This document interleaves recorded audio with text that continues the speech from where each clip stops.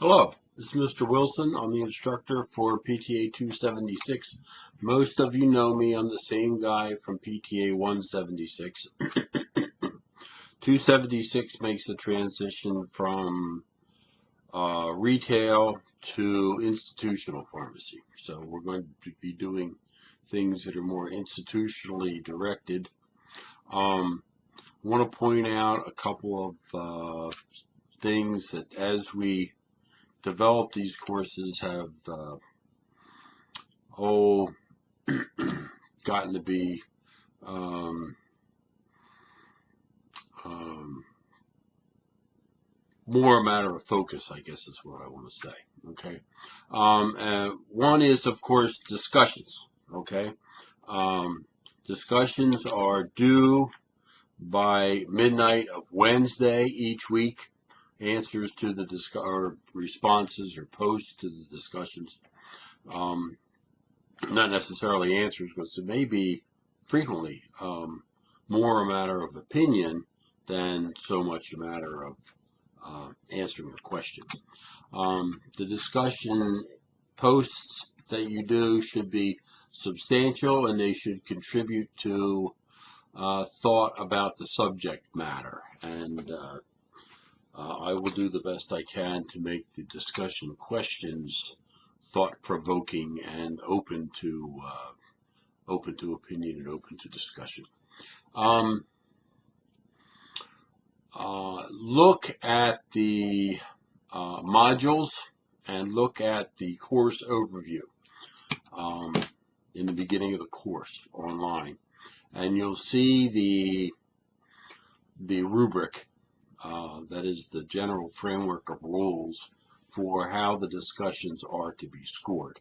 We didn't do that very strictly last term because it was new to all of us, and we were all kind of catching up with it. But I see all but one of you were in PTA 176, and I don't know. I don't know where that one got PTA 176, but that's fine. We're glad to have you in 276.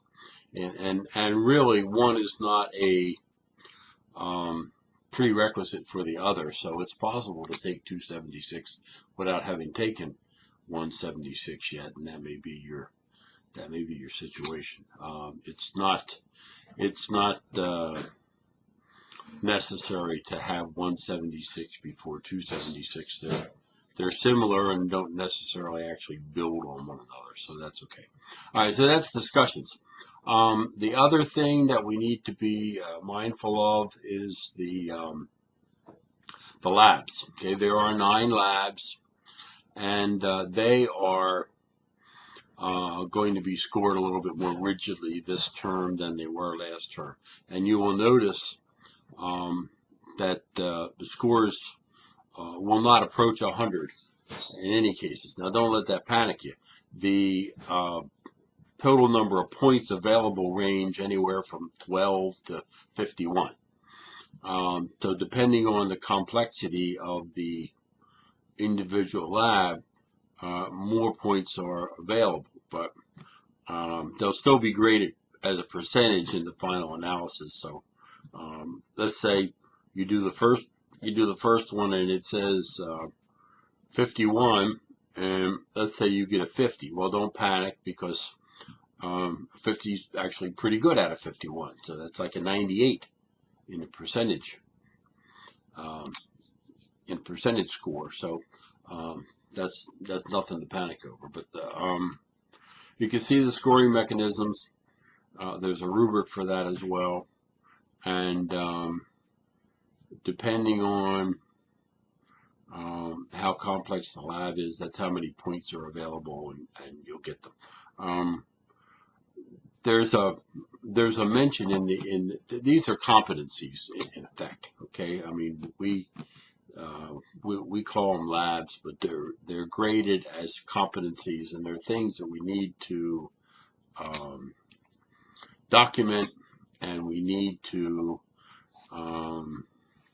record in terms of records for our continued accreditation. So in order to keep your credit accredited, we need to be making these kind of changes. So we have, and there they are, and that's where the labs are going to be graded according to the criteria for the individual labs. So they're all the maximum score for the labs are pretty much all going to be different. There's a couple of them are 12s, and a couple of 15s, and there's a 51 and a bunch of 27s, and that's how they work. Okay, so that's the lab scoring, and that's the discussion scoring. I wanted to bring you up to date on that because that's you're going to notice a change. They're going to be, well, for want of a better word, they're going to be a little bit more rigid than they were last term. So be aware of that and be conscientious about how you do the labs. I hope all of you by now have figured out how to upload.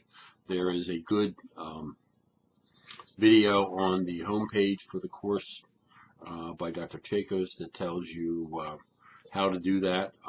I'd be interested. Please, all of you, try that. Look at that. Learn how to do it. You're going to have to look at it more than once because it's a little complicated to learn how to do it. And try to upload your labs in that way. And you should be able to do it from desktop, laptop, smartphone, pretty much any device should be able to give you the ability to make those recordings and upload them into Canvas. I hope that works out for you. Let's, please, some of you, all of you, if you can, try to do those early and then get back to me. Let me know, what are your problems with doing it? What's getting in your way? Let's see if we can get this thing all resolved so that everybody's on the same page and everybody's submitting their labs in the same way. It was a little chaotic last term. Everybody turned in their labs as best they could, and we got through it, but it was turmoil because everybody turned them in a different way.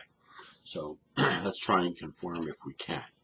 I'm still going to continue to be flexible if we need to be. I want you to get it done. But if you can get it done in the prescribed way, then yay, all the better. Okay. All right. So we're going to start. Technically, since this is an online class, there's no day of class. So it starts 1 minute after midnight on January the 6th. And so that'll be within a week from now. And I'll get discussion questions posted. Probably not all of them, but enough to get the term started. And I'll get examples of the labs posted. You'll notice the first couple labs, and I'm not sure why we do this, but maybe because, like I said, 176 is not a prerequisite for 276, and as a result, some of the early labs are repetitive, and that's to get you used to using some of the equipment, to get you used to handling some of the equipment so that you're able to do the later labs. Okay, so that should work. Look forward to, quote unquote, seeing you all through the term. Of course, I will see you because you'll be submitting videos. So let's have some lively discussions, and let's have some good lab work. I was pretty favorably impressed with the way most of you did your labs last term, but let's try it all. Try to do them by the prescribed means this term, make life a little simpler. Okay, so be in touch, and I'll see you next week.